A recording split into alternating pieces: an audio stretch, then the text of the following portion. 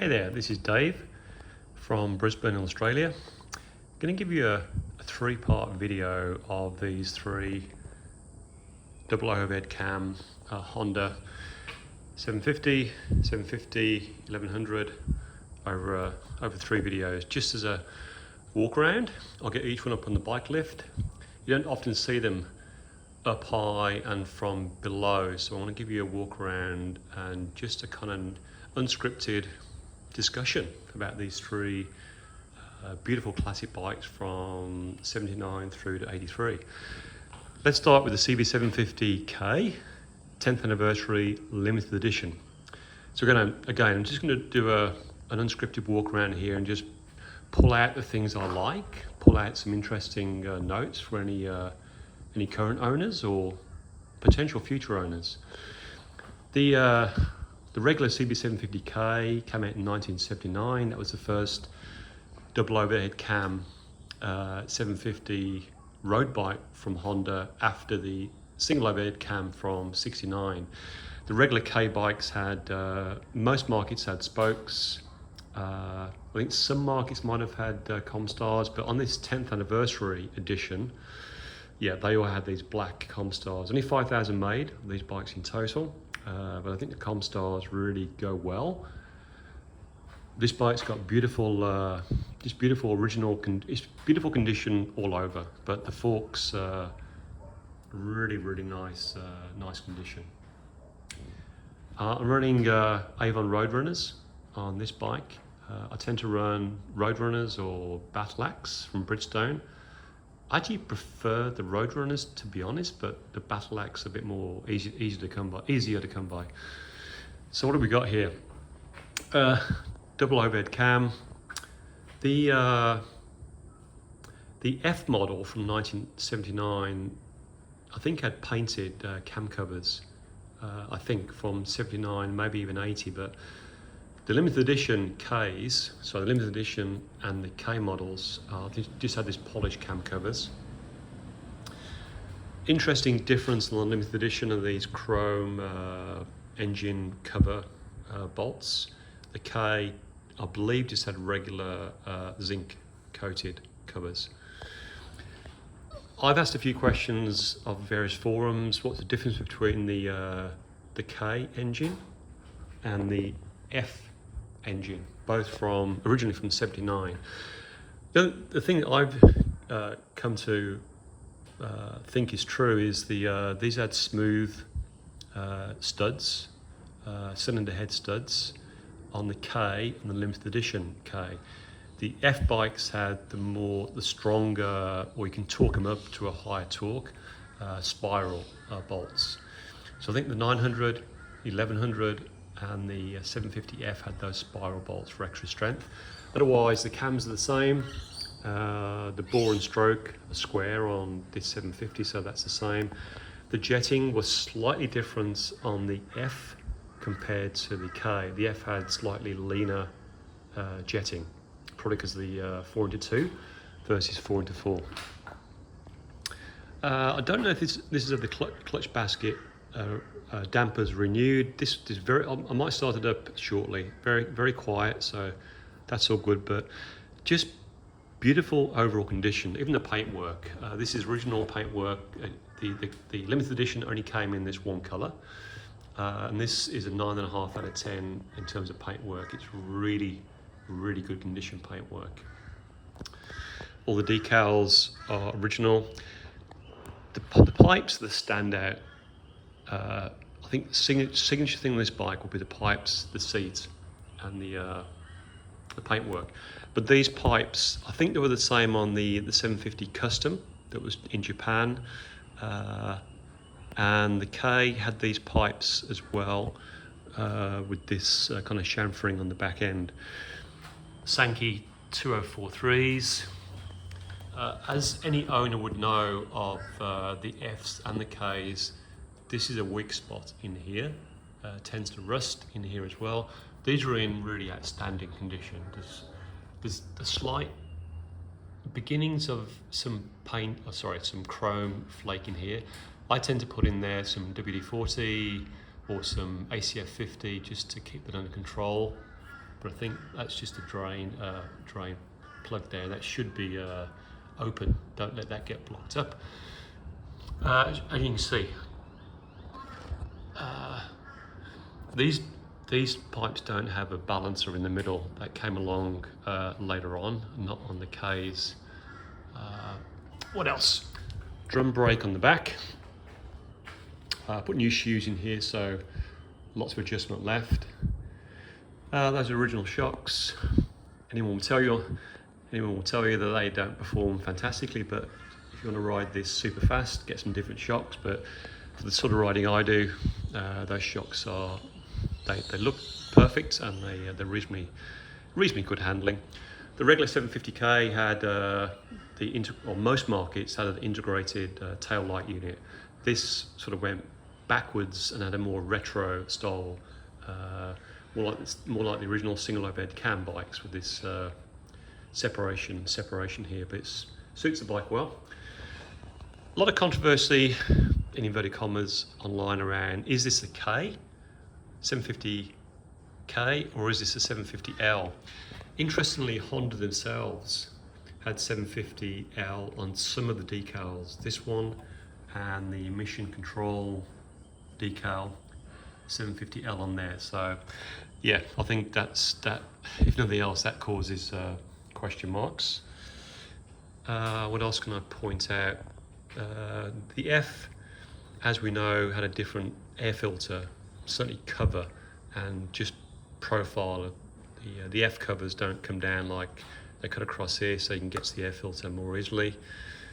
We spoke about the carbs with different jetting.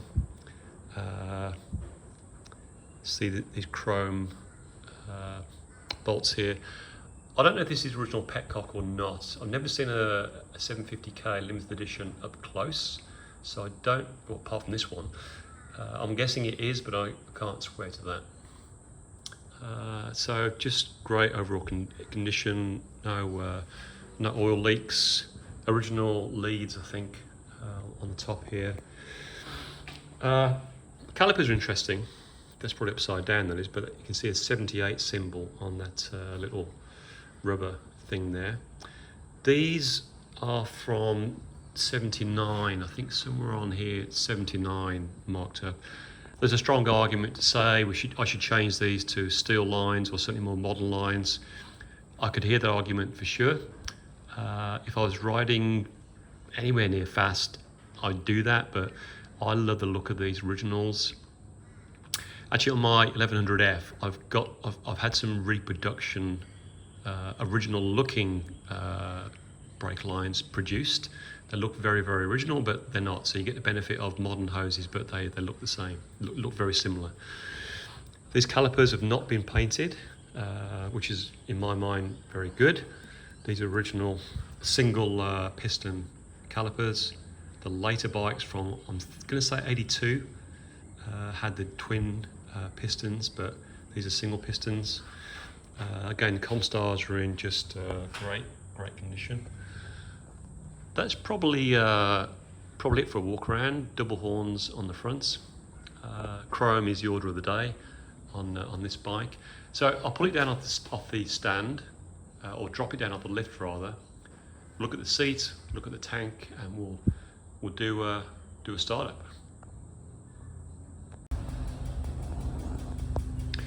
Okay, so bike's down off the stand now. Let's give it a start. I did just start it up, so this is not a dead cold start, but it's not super warm. I need to start it on choke. Before we do that, let's have a look at the paintwork a bit closer up. This is the iconic 10th anniversary kind of logo or decals. Beautiful seat, lovely seat. Now, also I love the look of this seat. It's not overly, you can't adjust your position very easily. You're up against there, or you're on the front. I actually prefer riding that seat, but the look of this seat. This is original. Probably needs recovering at some point. There's a few little nicks that you probably can't even pick up on the camera, but I've resisted doing that just because it's just so, it's only original once. Before we start it up, This is from '79, this bike. So in the US, they went to a crazy kind of 85 mile an hour speedometer in the hope that that would slow people down in 1980, I believe. This is just pre that, so 79. All original switchgear, which is in great condition. I haven't bothered, well, I shouldn't say bothered, but I didn't want to touch up any paintwork here because it's all in really, really good original condition. I don't know if these mirrors are original. I suspect they're not because they don't have the made in Japan symbol on, which my F bike does. You get a bit more appreciation of the chrome here though. So, you know, chrome here, chrome headlights, chrome. These fork seals probably need replacing at some point in the not near future, probably in the next 6-12 months. Just about okay at the moment. So let's give this a start up. And before I do, the sound of the F, as great as that is, it's not as nice, I don't think, as this 4x4. When you're riding the 4x4, when you change down gears, it's got that really beautiful throaty sound. You probably won't pick it up on camera here, but it really has got a beautiful acoustic sound to it. So I need a bit of choke, I think.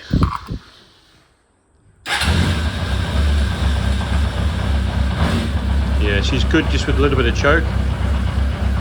Let me just get that oil flowing, then we'll do a bit of revving up. I love the car. I call these matchstick tachometer needles and speedo needles. They look like a matchstick. Just while she's warming up, I use DOHC brake fluid. Somewhat controversial. Some of my friends don't like it. I like it. I'll tell you why. The only downside with DOHC is you do get a bit more of a spongy feel on the brake lever, just slightly. So you lose a bit of performance there slightly, but I like the fact that I can spill that unintentionally on paintwork. It doesn't hurt the paintwork at all. I could even drink it. Don't recommend it, but more seriously, if I with DOHC3, DOHC4 and DOHC5.1, if you spill some on your brake calipers and don't mop it up, then the following day you're gonna pull the paint off those brake calipers. So I just like the flexibility of DOHC5 synthetic certainly on these older bikes. I wouldn't put it on a new bike, no way with ABS, but these older bikes, yeah, for sure. It's just so what's the word? Versatile, forgiving, probably the right word to use. Okay, so how's this baby sound?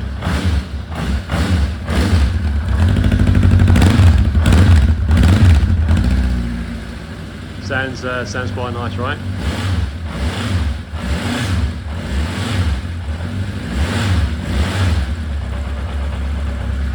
Interesting comparison of engine sound. I'm going to get the F up on the stand for the next video. This is super quiet. Those the valve clearances are all. I've not done the valve clearances, but I've checked them, and they're all good. I think the sound. It's hard to describe without sitting here, but it's definitely got a more of a rumble than the 4x2 pipes. Can't be the engine because the engine's basically identical. Anyway, hope that was somewhat informative and gave you a close-up view of the CB750K 10th anniversary limited edition from 1979. A real classic. A classic now, but certainly I think a classic in the future.